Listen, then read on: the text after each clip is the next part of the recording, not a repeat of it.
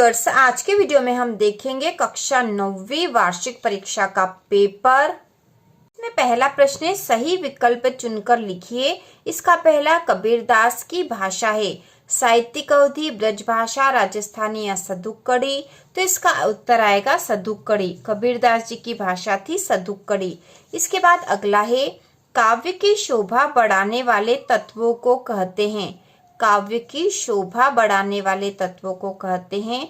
तो यहाँ जो चार ऑप्शन है वह रस, अलंकार, छंद या स्थायी भाव। तो इसका उत्तर आएगा अलंकार। काव्य की शोभा बढ़ाने वाले तत्वों को अलंकार कहते हैं।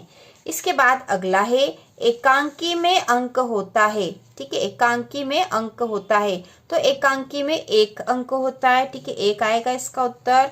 इसके बाद अगला है, जो पढ़ा लिखा न हो उसे कहते हैं। ठीक है, जो पढ़ा लिखा न हो उसे कहते हैं।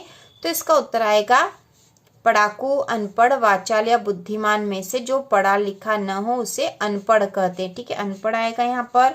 इसके बाद अगला है, लेखिका मृदुला गर्ग ने अपनी नानी को क्यों नहीं देखा।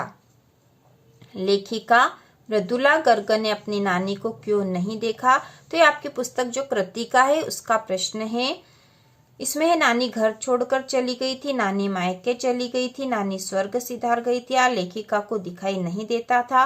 तो इसका उत्तर आएगा नानी स्वर्ग सिधार गई थी। लेखिका की नानी स्वर्ग सिधार गई थी इसलिए उसने देखा नहीं था। इसके बाद अगला है, छायावाद के प्रमुख कवि हैं।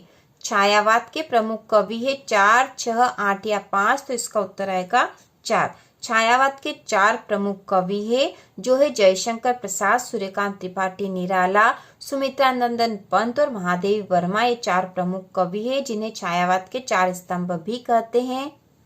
इसके बाद अगला प्रश्न है, रिक्त स्थान में सही विकल्प चुनकर लिखिए। इसमें पहला है, को हिंदी साहित्य का स्वर्ण युग माना गया है। तो किसको हिंदी साहित्य का स्वर्ण युग माना गया है? भक्ति काल, वीर गाथा काल या आधुनिक काल। तो यहाँ पे आएगा भक्ति काल। ठीक है, भक्ति काल को हिंदी साहित्य का स्वर्ण युग माना गया है। दूसरा है, मात्रिक छंद में की गणना की जाती है, वर्णों की, मात्राओं की या शब्दों की। तो क्योंकि मात्रिक छंद है तो यहाँ मात्राओं की गणना होती है। तो यहाँ रिक्त स्थान में हम लिखेंगे मात्राओं की। इसके बाद अगला है, फोटो में प्रेमचंद के साथ उनकी थी पत्नी, बेटी या बहन। तो यहाँ आएगा पत्नी। फोटो में प्रेमचंद के साथ उनकी पत्नी थी। इसके बाद अगला है, सदाचार का विलोम है आचार, दुराचार या विचार। तो इसका उत्तर आएगा दुराचार। सदाचार का विलोम है दुराचार।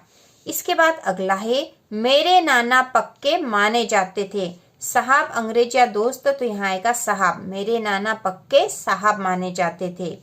इसके बाद अगला है, रामचरितमानस है महाकाव्य, खंडकाव्य या आख्यानक। तो यहाँ आएगा महाकाव्य। ठीक है, रामचरितमानस महाकाव्य है और इसके रचयिता है तुलसीदास। इसके बाद अगला है, जटिल शब्द भांडे का अर्थ है बर्तन, झाड़ू या भगोना। तो यहाँ आएगा बर्तन। इसके बाद अगला प्रश्न है, एक वाक्य में उत्तर लिखिए। इसमें पहला, कवि रसखान किसके अनन्य भक्त थे। तो इसका उत्तर आएगा कवि रसखान कृष्ण के अनन्य भक्त थे। कृष्ण के अनन्य भक्त थे। इसके बाद है, प्रबंध काव्य के कितने भेद होते हैं। तो इसका उत्तर आएगा 3। प्रबंध काव्य के 3 भेद होते हैं, महाकाव्य, खंड काव्य और आख्यानक, गीतिका। इसके बाद तीसरा है, साहित्यिक पुरखे किसे कहा गया है। तो साहित्यिक पुरखे किसे कहा गया? प्रेमचंद को। साहित्यिक पुरखे प्रेमचंद को कहा गया है। इसके बाद अगला प्रश्न है, उपसर्ग शब्द में कहाँ जुड़ता है। तो उपसर्ग शब्द में आगे या पहले जुड़ता है। ठीक है, आगे या पहले जुड़ता है। इसके बाद है, रचना के आधार पर वाक्य के कितने भेद हैं। तो इसका उत्तर आएगा रचना के आधार पर वाक्य के 3 भेद हैं। इसके बाद अगला है, किसी विशेष स्थल की यात्रा का सजीव वर्णन किस विधा में किया जाता है। तो विशेष स्थल की यात्रा का वर्णन जो है यात्रा वृत्तांत में किया जाता है। इसके बाद अगला है, शादी के बाद लेखिका मृदुला गर्ग कहाँ रहने लगी। तो शादी के बाद लेखिका मृदुला गर्ग बिहार के एक छोटे से कस्बे, बिहार के छोटे से कस्बे में रहने लगी। बिहार के छोटे से कस्बे में रहने लगी। बिहार के छोटे से कस्बे में रहने लगी जिसका नाम डालमिया था। इसके बाद अगला प्रश्न है सत्य असत्य लिखिए। इसमें पहला राम भक्ति शाखा के प्रमुख कवि सूरदास है, तो यह कथन असत्य है। ठीक है, असत्य कथन है। राम भक्ति शाखा के प्रमुख कवि सूरदास नहीं तुलसीदास है। दूसरा है खंड काव्य में अनेक सर्ग होते हैं, तो यह कथन भी असत्य है क्योंकि खंड काव्य में अनेक सर्ग नहीं होते हैं। अगला है तुलसीदास भक्ति काल के कवि हैं, तो यह कथन सत्य है। इसके बाद है प्रेमचंद के जूते फटे थे, तो यह कथन भी सत्य है। इसके बाद है किरण शब्द का पर्यायवाची शब्द रश्मि है, तो यह कथन सत्य है। और लेखिका मृदुला गर्ग की नानी झगड़ालू औरत थी, तो यह कथन असत्य है। इसके बाद जो 2-2 नंबर के प्रश्न हैं, इन प्रश्नों की तैयारी हम अलग से वीडियो बनाकर करेंगे। तो यहाँ जो 2-2 नंबर के प्रश्न हैं जो आपको याद करने हैं वह है वीर गाथा काल की कोई 2 विशेषताएं। इन सारे जो 2-2 नंबर के प्रश्न हैं इनके बहुत ही सरल तरीके से उत्तर हम लिखकर इसका वीडियो अलग से बनाएंगे जिससे कि आपकी तैयारी पूरी हो जाए। तो वीर गाथा काल की कोई 2 विशेषताएं लिखिए, अथवा भक्ति काल को स्वर्णयुग क्यों कहा जाता है। इसके बाद है कबीरदास के भाव सौंदर्य की 2 विशेषताएं लिखिए, अथवा माखनलाल चतुर्वेदी के कला पक्ष की 2 विशेषताएं लिखिए। इसके बाद अगला प्रश्न है मनुष्य ईश्वर को कहाँ कहाँ ढूंढता है। तो मनुष्य ईश्वर को मंदिर, मस्जिद, काबा, कैलाश आदि जगहों पर ढूंढता है। और इसके अथवा में किस शासन की तुलना तम के प्रभाव से की गई है। तो अंग्रेजी शासन की तुलना तम के प्रभाव से की गई है, और तम मतलब होता अंधेरा। इसके बाद अलंकार की परिभाषा लिखिए। तो काव्य की शोभा बढ़ाने वाले तत्वों को अलंकार कहते हैं, ये उत्तर आएगा इसका। और अथवा है रस के कितने अंग है, प्रत्येक का नाम लिखिए। तो रस के 4 अंग होते हैं, स्थायी भाव, विभव, अनुभाव और संचारी भाव। इसके बाद पंडित जगन्नाथ के अनुसार काव्य किसे कहते हैं, अथवा अनुप्रास अलंकार की परिभाषा उदाहरण सहित लिखिए। तो इन सारे प्रश्नों के उत्तर हम अलग से वीडियो बनाएंगे जिसमें सारे प्रश्नों के उत्तर होंगे। इसके बाद कहानी एवं उपन्यास में कोई 2 अंतर लिखिए, अथवा एकांकी एवं नाटक में कोई 2 अंतर लिखिए। अगला है प्रेमचंद जी की भाषा शैली की किन्हीं 2 विशेषताओं को लिखिए। इसके बाद हम करेंगे निम्नलिखित अपठित गद्यांश को पढ़कर नीचे लिखे प्रश्नों के उत्तर लिखिए। तो इसमें है एकल परिवारों के चलन से मित्रता का महत्व और अधिक बढ़ा है। संयुक्त परिवारों के अभाव में विपरीत परिस्थितियां मित्रता की मांग करती है। चूंकि मनुष्य एक सामाजिक प्राणी है अतः उसके सामाजिक विकास में मित्र की अहम भूमिका रहती है।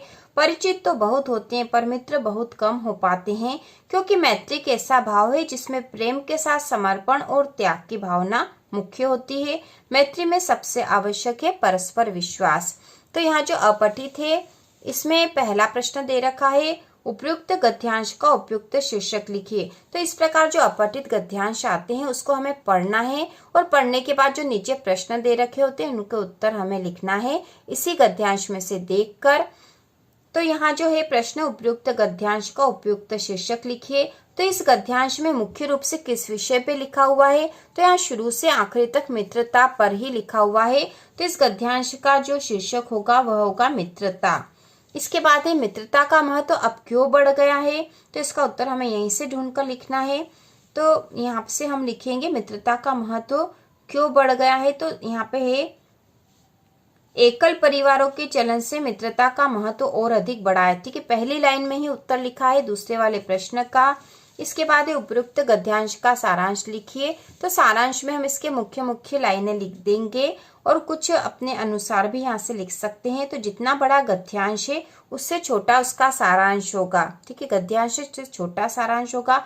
2 या 3 लाइन में ही हमें लिख देना है। तो हम लिख देंगे इस तरह से एकल परिवारों के कारण मित्रता का महत्व बढ़ गया है, क्योंकि अब संयुक्त परिवार नहीं है इसलिए मित्र का अधिक महत्व हो गया है।